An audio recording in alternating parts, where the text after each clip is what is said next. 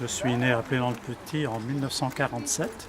Ma génération a grandi dans le souvenir de la guerre, de la libération, de ce qui s'est passé. On en parlait régulièrement, bien sûr. La Marseillaise, on a joué au Monument aux Morts avec les pipeaux, la grosse caisse. Et petite concurrence avec dans la cérémonie, parce qu'il y avait l'école privée qui avait ses enfants de chœur qui sortaient avec les cloches qui sonnaient à grande volée.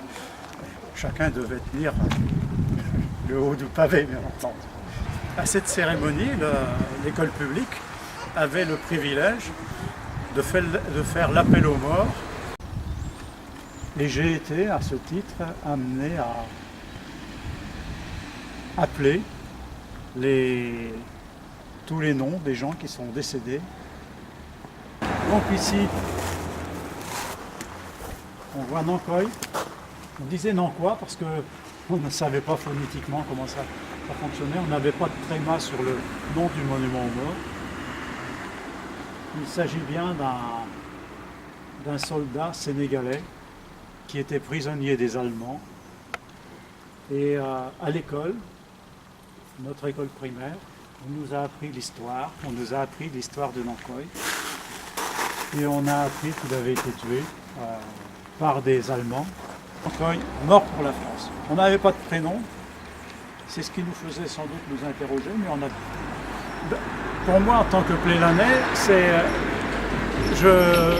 je remercie les autorités de l'époque d'avoir eu l'intelligence, d'avoir pris en compte cet homme qui avait rien demandé, qui n'avait pas demandé à venir faire la guerre, certainement pas, je ne suppose que non, qui n'avait pas demandé à venir mourir dans les landes de la Perrière-Malais.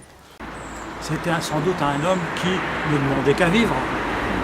Et il a été abattu sauvagement. Ils ont tiré dessus, ils l'ont abattu. Même pas comme un chien, parce qu'on n'abattrait pas un chien comme ça.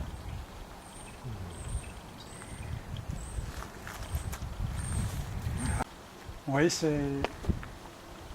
c'est vrai que sur ce monument où on marque aux enfants de Plélan-le-Petit, morts pour la patrie, les Plélanais qui ont mis le nom de Nankoy, je pense qu'ils ont été fiers d'avoir quelqu'un qui n'était pas né à Plélan-le-Petit, bien loin de là, mais qui l'ont effectivement adopté.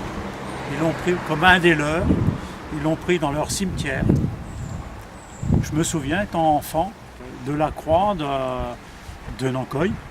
Quand j'allais au cimetière, quand mes parents m'emmenaient sur la tombe de mes grands-parents, on passait à côté, je me souviens de cette tombe, qui était un peu différente des autres, mais qui avait quand même des fleurs régulièrement, au même titre que les autres, mais pas comme les autres, parce que les autres c'était leur famille. Et eux, les Plélanais l'ont adopté comme un des leurs, tout simplement comme un des leurs. Eux, qui n'avaient jamais vu un homme de couleur avant lui.